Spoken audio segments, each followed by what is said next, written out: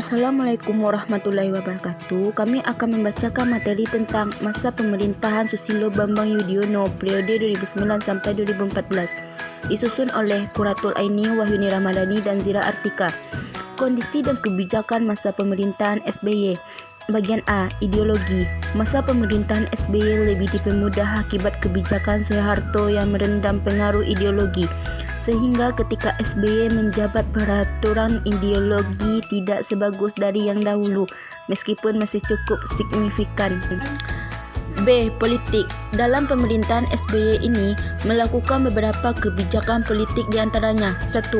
Pembentukan Kabinet Bersatu pada periode kepemimpinannya yang pertama.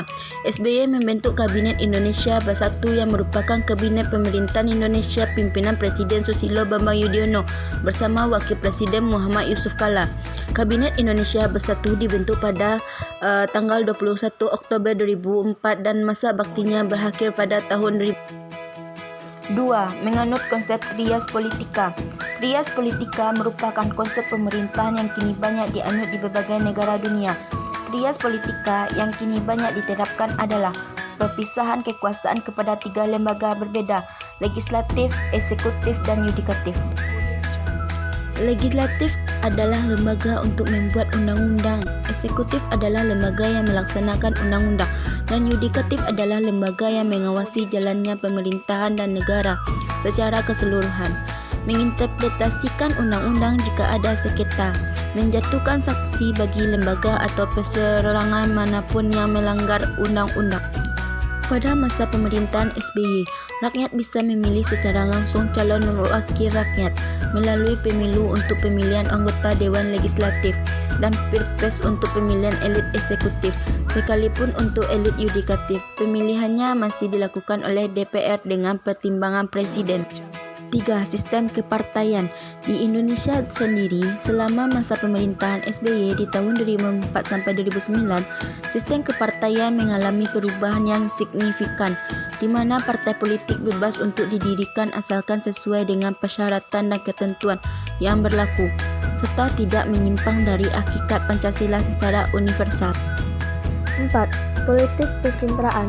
Politik pencitraan merupakan salah satu senjata ampuh yang digunakan para pemimpin negara untuk mengambil hati rakyatnya. Dalam konteks internal, politik pencitraan SBY dilakukan dengan menggunakan kapabilitas internalnya, yakni dengan kapabilitas retorika atau kemampuan berbicara di depan umum. 5. Politik luar negeri. Ciri-ciri politik luar negeri Indonesia pada masa pemerintahan SBY yaitu: 1. Terbentuknya kemitraan strategis dengan negara-negara lain, yaitu Jepang, Cina, India, dan lain-lain. 2. Terdapat kemampuan beradaptasi Indonesia terhadap perubahan-perubahan domestik dan perubahan-perubahan yang terjadi di luar negeri atau internasional. 3. Bersifat pragmatis, kreatif, dan oportunis. Artinya Indonesia mencoba menjalin hubungan dengan siapa saja, baik negara, organisasi internasional, ataupun perusahaan multinasional yang bersedia membantu Indonesia dan menguntungkan pihak Indonesia. 4. Konsep trust, yaitu membangun kepercayaan terhadap dunia internasional. Prinsip-prinsip dalam konsep trust adalah unity, harmony, security, leadership, prosperity. Prinsip-prinsip dalam konsep trust inilah yang menjadi sasaran politik luar negeri Indonesia di tahun 2008 dan selanjutnya. Keberhasilan masa SBY.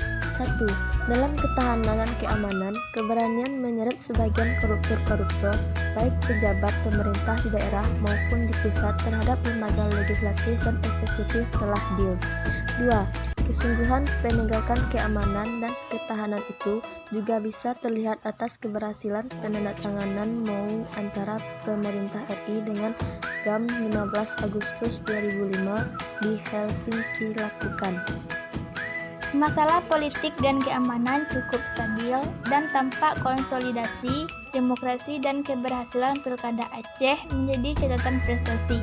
Namun, potensi demokrasi ini belum menghasilkan sistem yang pro rakyat dan mampu memajukan kesejahteraan bangsa Indonesia. Kegagalan masa SBY.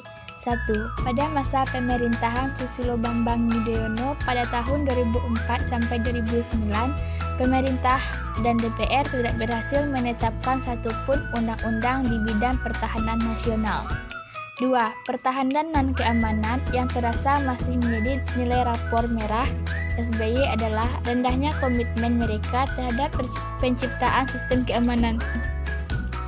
A. Ekonomi. Pada pemerintahan SBY, kebijakan yang dilakukan adalah mengurangi subsidi negara Indonesia atau menaikkan harga bahan bakar minyak atau BBM, kebijakan bantuan langsung tunai kepada rakyat miskin, akan tetapi bantuan tersebut diberhentikan sampai pada tangan rakyat atau masyarakat yang membutuhkan.